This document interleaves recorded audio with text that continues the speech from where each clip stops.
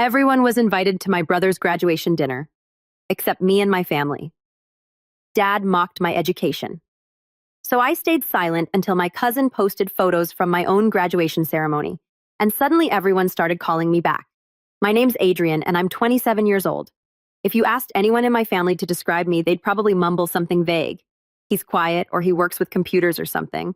Not exactly glowing testimonials, right? That's been my life, though. The quiet one, the background character, the one who doesn't cause problems but somehow never quite gets the spotlight either. I used to think it was my fault that maybe I just wasn't the kind of person worth paying attention to. But over time, I started noticing a pattern where no matter how hard I worked, how much I helped out, how many times I showed up, I was always just overlooked. It was worse with my younger brother, Zach. He's 24 and he's everything I'm not, at least in my parents' eyes. Loud, confident, charming, the golden child since the day he was born. Every time he brought home a B positive, my mom would post it on Facebook like he'd just discovered a new planet. Meanwhile, when I quietly graduated from university with a double major computer science and digital media, both done while working 2 part-time jobs, my parents didn't even bring it up during dinner. Not once. No congratulations, no card, no acknowledgement. I remember sitting there at the table hoping someone would say something, anything. But Zach had just gotten a new job at some PR firm downtown, and that took over the whole conversation. I smiled and nodded and congratulated him like a good older brother. I always do. That moment stuck with me, but I let it go like I always do. I had more important things to focus on anyway. I'd finally enrolled in a master's program. A big deal since I was the first in our family to even go beyond undergrad, and I was balancing it with a full-time job in UX design. It was hard, lonely sometimes, but it felt good to build something of my own, something I could be proud of, even if nobody noticed. I didn't expect a parade. I didn't even expect applause. But I did think maybe when I finished my program in May, they'd come to my graduation ceremony. Maybe. Then last month, my Aunt Lisa called. She sounded bubbly chipper the way she always does when she's about to ask a favor. Adrian, sweetie, just wanted to check. Are you free on the 10th? Zach's having his graduation dinner at that new steakhouse downtown. Your mom and dad are organizing it. Should be a blast. I blinked, confused. The 10th? Wait, nobody told me about this. Lisa paused, awkward for a beat. Oh, huh. I figured they would have. Maybe it slipped their minds, right? So I called my dad. Just straightforward, no drama. I asked about the dinner. He didn't even pretend to be surprised. Oh, he said casually. Yeah, we didn't think you'd want to come. I mean, you barely finished school yourself, right? Figured you wouldn't be interested in all the academic stuff. It hit me like a slap, even though it wasn't new. Just louder this time. And that little laugh in his voice like he was making some joke I should laugh along with. I didn't. I just said, okay then, don't worry about my ceremony next month. There was silence on the other end, then a dismissive, suit yourself. I didn't argue. I didn't yell. I just hung up. For a few days, I stood in silence. I didn't tell anyone what he said. I kept going to work, kept writing my thesis, kept helping my roommate fix his car after work, and replying to Slack messages at 11 p.m. like nothing had happened. But inside, something had changed. I wasn't angry, at least not in the way I used to be. I wasn't hurt. I was done. Done trying to prove anything to people who refused to see me. Done being their quiet, reliable afterthought. So I started planning. Not revenge. Exactly. Just clarity. Visibility. I wanted the truth to be visible even if they didn't want to see it. 2 weeks later, Zach's graduation dinner happened without me, just like they planned. I heard all about it from Instagram. My cousin Chloe posted photos of the whole night, Zach holding up some giant bottle of champagne, my parents laughing in the background, my Aunt Lisa doing that dramatic wine toast thing she always does. In one picture, Zach was leaning back in his chair while everyone clapped for him. It had 117 likes. The next morning, I woke up, showered, and checked my inbox. The final confirmation was there. My graduation ceremony had been scheduled and approved. I'd be walking the stage in exactly 3 weeks. I opened the attached guest form. You could invite up to 8 people. I stared at it for a long time. Then I typed in every name that mattered. My best friend from high school who'd stuck by me when I was going through my worst depression. My thesis advisor who had actually read my entire 80-page paper and sent notes with smiley faces in the margins. My roommate who cooked for me during finals week. My neighbor, Mr. Chun, who always asked how my classes were going and actually listened to the answers. I left my parents' names off the list. I didn't tell them. I didn't announce anything. I didn't post a countdown on Facebook or send out a family group text. I just lived my life. Then the day came. It was warm, sunny. The ceremony was held outdoors on the university lawn. There were white folding chairs and bright blue banners with the school's crest. My name was called near the end, and I walked across the stage with my head high and my eyes forward. I didn't look around to see who was or wasn't there. I just smiled, shook hands, and took my diploma. Afterward, we took pictures, laughing, sweaty, squinting in the sun. Chloe, my cousin, snapped a selfie with me and uploaded it almost instantly. But she didn't just post the photo. She added a location tag, too, and a caption, "Proud of you, Adrian. Finally getting the recognition you deserve." In the background of the picture was a banner big blue and impossible to miss. It was stretched across the brick wall behind the stage and read, "Congratulations, Adrian Singh, Master of Science in UX and Digital Strategy." My face was on it literally. A blown-up, smiling photo of me from our undergrad graduation 4 years ago. My advisor had submitted it as part of the Student Spotlight feature, and the school had turned it into a full banner. Everyone at the ceremony saw it. Everyone in the photo saw it. And apparently so did my mom, because 3 hours later I had 4 missed calls from her. 2 from my dad, 1 from Zach, all in rapid succession, a voicemail too, just my mom saying, "Adrian, why didn't you tell us?" before it cut off. That was just the beginning, but it was enough to make me finally exhale. The first thing I did after reading the voicemail was put my phone face down on the nightstand and walk into the kitchen. My roommate Sam was making celebratory pancakes. He had a thing for breakfast food during milestones, said it made everything feel more grounded. I laughed, sat at the counter, and sipped coffee while the batter sizzled on the pan. He raised an eyebrow. "Everything okay?" I shrugged. They found out. He didn't have to ask who they were. Sam had seen enough of the stories to understand the dynamics. My family didn't hate me. That would have been easier. They just ignored me. Or worse, undermined me with a smile like they were doing me a favor by doubting me. And now they were calling because the rest of the world had noticed something they didn't. By noon, I had 10 missed calls. Then texts, a family group chat that I hadn't opened in months, suddenly lit up like a Christmas tree. "Mom, Adrian, why didn't you tell us about today? We would have come." "Dad, you're being dramatic. We didn't know it was such a big deal. Zach, dude, everyone's talking about that banner. Even Aunt Priya saw it. You could have said something." I didn't respond. Not right away. I watched the texts pile up while I sat in the backyard with Sam and my neighbor, Mr. Chan, who came over to drop off homemade almond cookies and ended up staying to celebrate. We sat around with paper plates congratulating each other like old friends. Mr. Chun told me stories about when he worked in electrical engineering in the 80s. Sam made a terrible joke about UX designers being the unsung heroes of online rage, and I just soaked it all in. It wasn't until late that night, around 11:30, that I finally picked up the phone. I called my mom. 1 ring, 2, then she answered, her voice immediately too soft, too sugary. "Adrian," she said, "honey, we were so surprised to see the post from Chloe. I didn't even know you were graduating today." I didn't say anything right away. I let the silence stretch just long enough to be uncomfortable. "Why wouldn't you tell us?"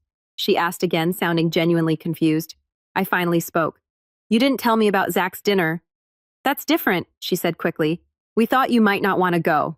I laughed. Not because it was funny, but because it was so predictable and you thought I wouldn't want you at my graduation. Silence then.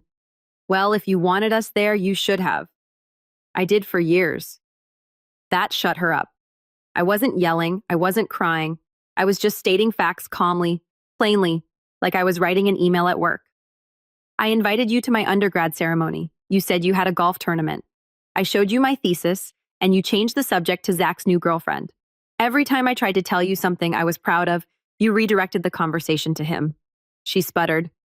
"That's not fair. It's true." I paused, letting her sit with that. "I didn't invite you today because I didn't want another memory with you not looking up from your phone or smiling politely while you asked when I was going to do something real." I never said that, she said, suddenly defensive. "That's not how I meant it, but it's how it felt." We were quiet again.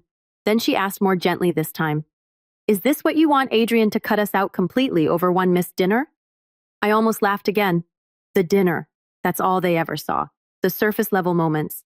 Never the buildup, the patterns, the slow erosion of self-worth after years of being treated like a footnote. "No," I said, "I don't want to cut anyone out, but I do want you to understand that I'm not your second-place child. I'm not the understudy in Zach's life story." More silence. Then she muttered, "I just wish you would have told us how much it meant to you." I exhaled through my nose. I did. You just didn't listen. I hung up before she could answer. I didn't sleep much that night. Not because I was upset, but because something inside me was shifting. Something that had been twisted and suppressed for years. I wasn't just mad anymore. I wasn't sad. I was free, but I wasn't done. The next morning, I sent out a few emails. Nothing petty, just formal requests. I reached out to the university's digital media department where I'd done my assistantship and asked if they'd be interested in featuring my thesis project, which had already gotten attention from a couple tech blogs. They said yes, of course. Then I asked if they'd consider naming the next graduate student grant after my late grandmother, the only person in my family who'd believed in me unconditionally. She'd passed when I was 16, but I still remembered how she'd tell me, "One day they'll see you." By Thursday, the university social media had posted a photo of me presenting my project. Captioned, "Alumnist Adrian Singh revolutionizes student UX models. Full spotlight on our site." It got shared hundreds of times, and that's when the calls really started. From family members I hadn't spoken to in years. From cousins who suddenly remembered that I existed. From my mom again and my dad too. Both alternating between pride and guilt. Trying to find a middle ground where they could pretend they'd supported me all along. I didn't block them. I didn't explode. I just didn't reply. But then something happened that forced me to respond. Zach showed up. He was waiting outside my building on Saturday afternoon, hoodie on, hands in his pockets, leaning against the brick like he owned the place. When I stepped out with a bag of groceries, I almost didn't recognize him. "Hey," he said, pushing off the wall. I nodded. "Hey, you really weren't going to tell me. Would you have come?" He opened his mouth, then shut it. "Look, man, I get it. I do. They always compared us, and I know that sucked, but that's not on me." I raised an eyebrow. "No, you didn't mind the praise, though. Never once said, actually, Adrienne helped me with that project. Or Adrienne's graduating too. You were happy to take it all and let me disappear." Zach looked genuinely uncomfortable. "I didn't think it mattered that much to you. And that's the problem." He shifted his weight from one foot to the other. "So what now? You're going to cut us all off forever." "No, I said I'm going to keep doing what I've always done, working hard, being proud of what I build. But from now on, I'm not going to sit quietly while everyone else takes credit or makes me feel small." Zach nodded slowly. "Okay, that's fair." He started to walk away, but turned back once. "For what it's worth, the banner was pretty cool." I smirked. "Thanks."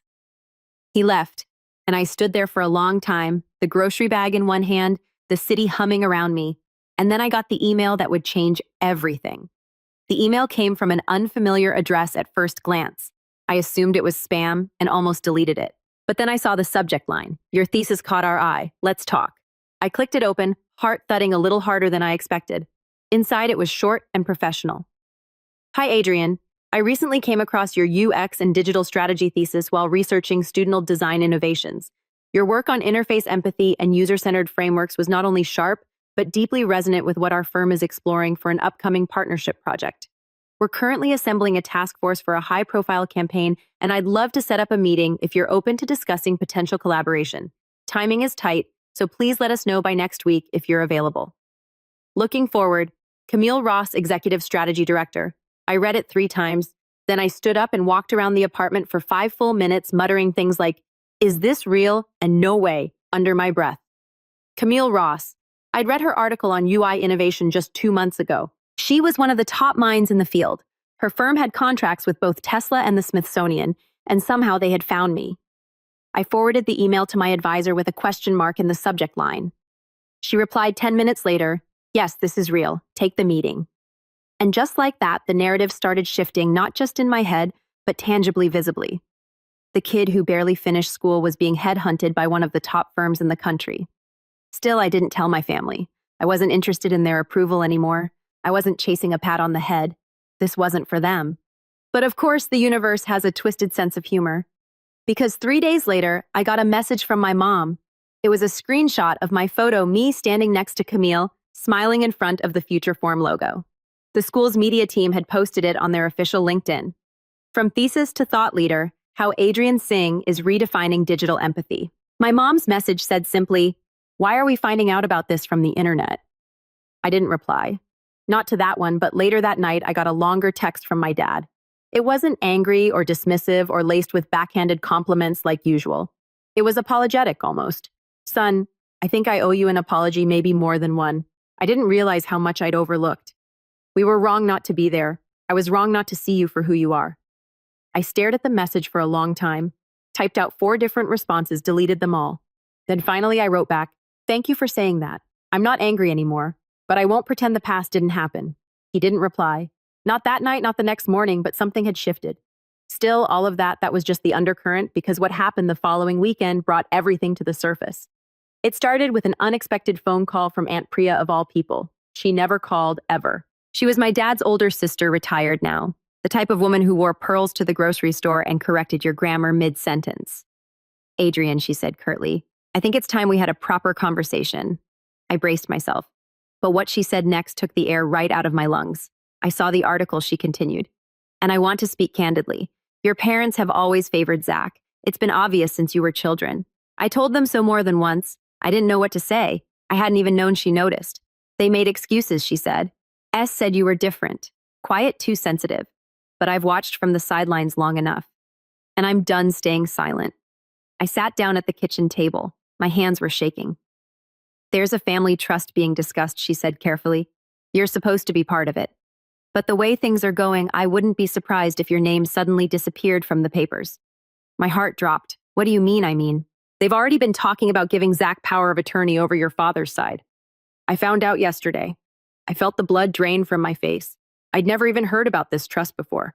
"I thought you should know," she said, "because it's not fair and you deserve better." After the call, I sat for a long time with my phone in my hand and my pulse roaring in my ears. All the late nights, the swallowed pain, the years of being sidelined. And now when I was finally standing tall, they were quietly preparing to erase me again. No, not this time. I opened my laptop and began drafting an email. Not to my parents, not to Zach, to a lawyer. I still hadn't said a word to them about what I knew. I didn't need to, not yet. I wanted to make sure everything was documented, airtight, undeniable, because this time I wasn't walking away. This time they were going to have to see me.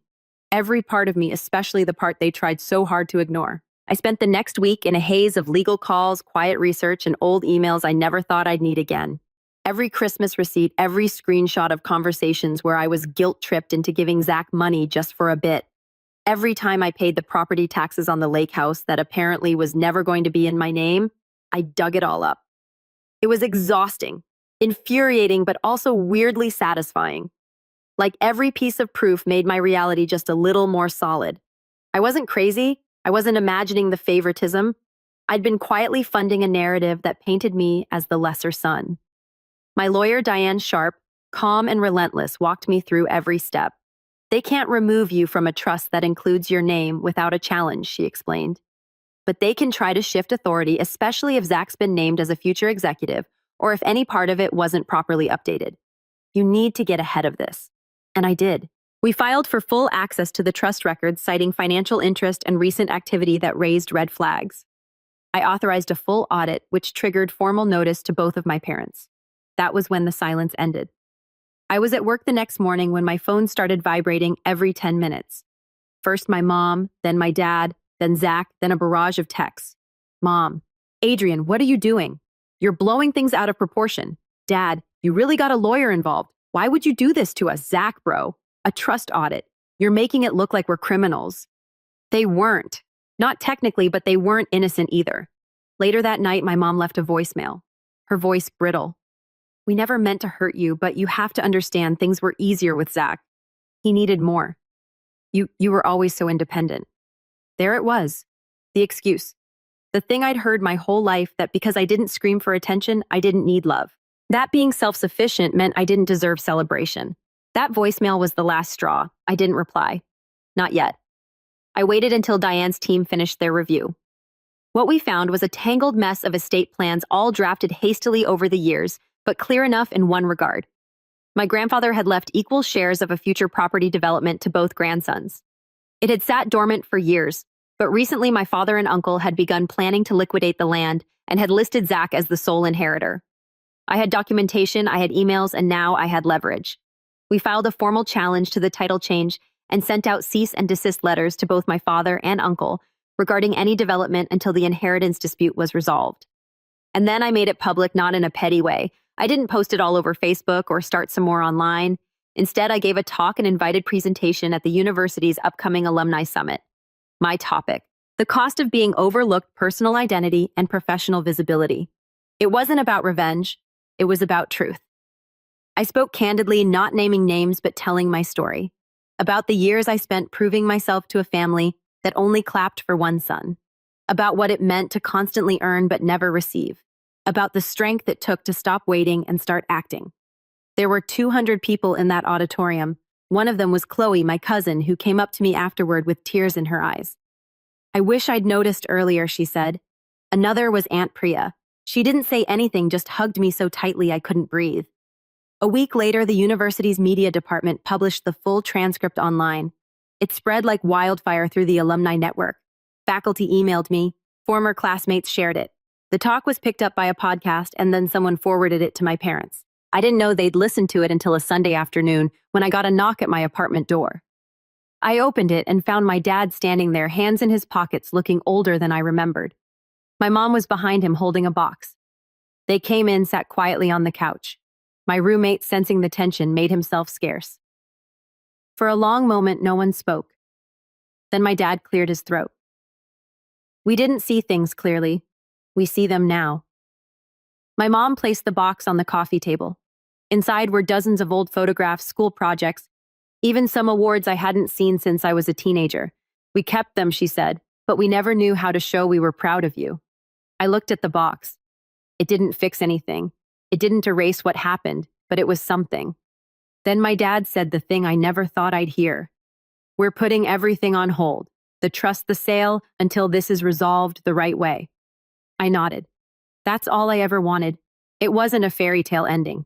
It wasn't perfect. There was no sweeping apology that fixed decades of erasure, but there was acknowledgement, there was movement, and there was finally equity. The audit concluded in my favor. The trust was amended to reflect the original intent: equal shares. I opted to invest mine into a new foundation supporting first-gen students pursuing design. I named it after my grandmother. Zach and I aren't close. We probably never will be. But he sent a donation to the foundation without saying a word, and that somehow meant more than any phone call. My parents didn't suddenly transform, but they started showing up quietly, authentically. And me, I moved forward not with bitterness, but with clarity. Because sometimes the real revenge isn't shouting louder. It's being undeniable. It's becoming so visible that they can never again pretend you weren't there. And that's exactly what I